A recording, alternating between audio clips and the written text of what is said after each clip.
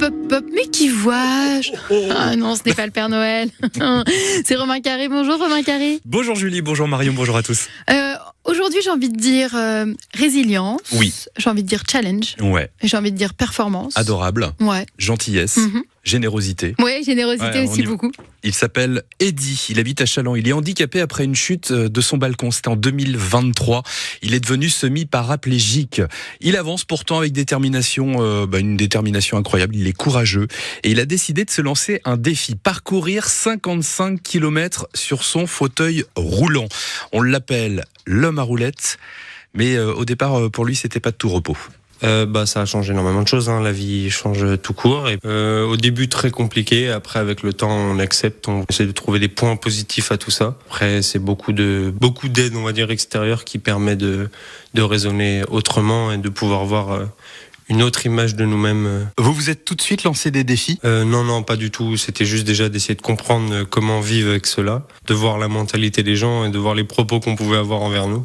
Ce qui a fait que je me suis dit, on va essayer de faire un défi pour montrer que avec ou sans jambes, on peut réaliser des défis aussi gros que des gens qui veulent faire autre chose, mais sans la moitié d'un corps, en fait. Vous ressentez vraiment cette discrimination ? Oh oui, énormément. Les insultes, les regards, les méchancetés, oui, énormément. Et vous répondez quoi à ça ? Au début, c'est compliqué, on répond, on est méchant et autres, et puis après, avec le temps, on apprend que dans tous les cas, il y en aura toujours, donc on laisse faire et on rigole. C'est le mieux aujourd'hui d'apprendre, c'est d'en rigoler parce que dans tous les cas, ça changera rien d'être méchant ou autre. Les gens seront plus contents qu'on réagisse mal.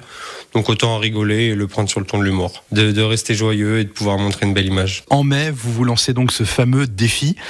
Il représente quoi ? C'est un marathon, un peu plus qu'un marathon, c'est 55 km. Et c'est un défi d'une sportive, de 2 personnels et de 3 pour montrer l'image de l'handicap et pour bien faire comprendre aux gens que voilà, c'est pas parce qu'on est en fauteuil qu'on peut pas faire comme quelqu'un normal tous les jours. C'est beaucoup d'entraînement, beaucoup d'études, beaucoup de compréhension du corps, beaucoup de préparation physique, mentale et de pouvoir aussi s'amuser en contrepartie. Vous avez beaucoup d'autodérision, votre prénom c'est Eddy, mais sur les réseaux, on vous appelle l'homme à roulettes. Ouais, c'était marrant, on cherchait un nom, parce que mettre notre prénom, c'était pas...